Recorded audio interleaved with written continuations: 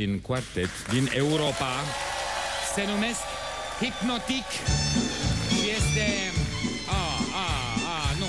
V-am spus că se redresează emisiunea. Aș invita-o și pe producătoarea emisiunii noastre, care a studiat 20 de ani la vioară, li se arăture fetelor. Bună ziua! Ați intrat așa... V-am speriat eu sau bună ziua, Dan? Bună ziua, Alice? Bună? Ilona? Bună? Andreea, bună seara! Și... Marta, bună seara! Marta, bună seara! Vai, stați prima dată să mă uit la instrumentele voastre, că nu de aceea suntem aici. Vreau să...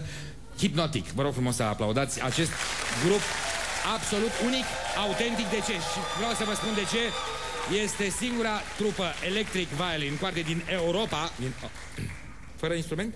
Sau la... E acolo. Din Europa, care poate prezenta un program integral de 60 de minute pentru 4 genuri muzicale diferite. Muzică clasică, cafe concert, pop și popular folclor. Popular folclor. Ilona? Da. Am auzit, numai puțin, că ai o legătură cu Alaska. În fiecare zi vorbești cu Alaska.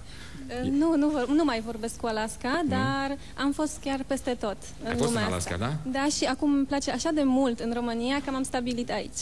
Dar tu nu ești româncă, nu? Nu, sunt poloneză. E din Polonia, vă rog foarte mult să aplaudați. Ilona este din Polonia. Deci... Dar vorbești foarte bine românește. Te-ai căsătorit aici sau ești pe cale să faci greșeala? Nu, m-am căsătorit. Te-ai căsătorit? Da, și am învățat limba. Cu un domn care venea din Alaska înspre România? Sau, E român, dar acolo n-am întâlnit. V-ați întâlnit în Alaska? Da. Ai auzit, Ovidiu, unde se mai întâlnesc oameni în zilele noastre? Atunci, vă rog foarte mult, Ciocârlia cu Hypnotic. Da. Stați. Ăsta este albumul? Nu, asta este CD-ul pentru tine, proiectul nostru. Pentru mine? Da, special. O să mă gândesc numai în nopțile friguroase la voi. Hypnotic!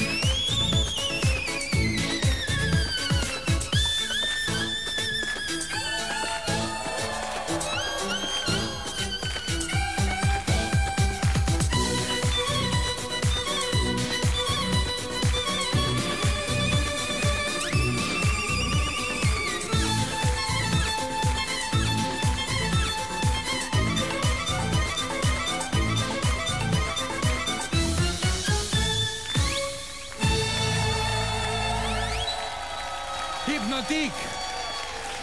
Aplauze pentru Hypnotic! Vă rog frumos, veniți și mai rămâneți câteva minute cu noi. Doamne, Doamne, Doamne, din nou poporul polonez salvează poporul român pentru a nu știu câta oară. Ne-au salvat folclorul, iată ciocârlia cântată în sfârșit așa cum trebuie de către o poloneză și nu de către un bucătar italian.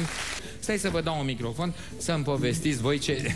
Dar cum v-ați întâlnit? Vorbesc serios, cum se întâmplă lucrurile astea de se întâlnesc 4 femei frumoase, una venită din Alaska, ba chiar din Polonia și celelalte de aici din România. Cum v-ați întâlnit ca să faceți grupul ăsta? Vorbesc serios. Șansa noastră a fost domnul Adrian Ștefănescu, e proiectul dânsului. El ne-a căutat, el ne-a găsit, el ne-a adunat împreună. Domnul Adrian Ștefănescu, da. Și bine, dar totuși unde v-a găsit? Vine pe la conservator? La conservator, da, a fost un casting organizat. Am înțeles. Și